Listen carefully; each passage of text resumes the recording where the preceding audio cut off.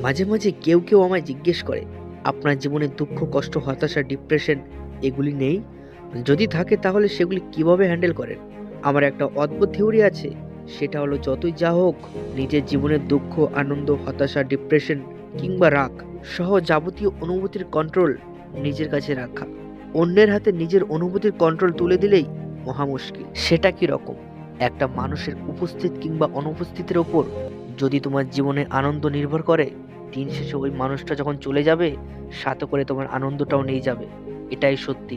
মানুষ কেয়ার পেলে অবশ্যই এক ধরনের ভালো লাগা কাজ করে, কিন্তু ভালো লাগা কাজ করা এক জিনিস, আর কারো কেয়ারের ওপর পুরোপুরি নির্ভরশীল হয়ে পড়া অন্য জিনিস। কারো কেয়ারের ওপর নির্ভরশীল হয়ে পড়লে একদিন দেখবে সেই কেয়ারের অভাবে তুমি প্রচন্ড ডিপ্রেশন হয়ে যাচ্ছ, এবং এই ডিপ্রেশনের কারণ তুমি নিজেই। তোমার যাবতীয় অনুভূতি অন্য কেউ সামান্য প্রভাব পেতে পারে, কিন্তু কাউকে যদি তুমি তোমার যাবতীয় অনুভূতির একমাত্র উৎস বানিয়ে ফেলো, সেখানেই সমস্যা।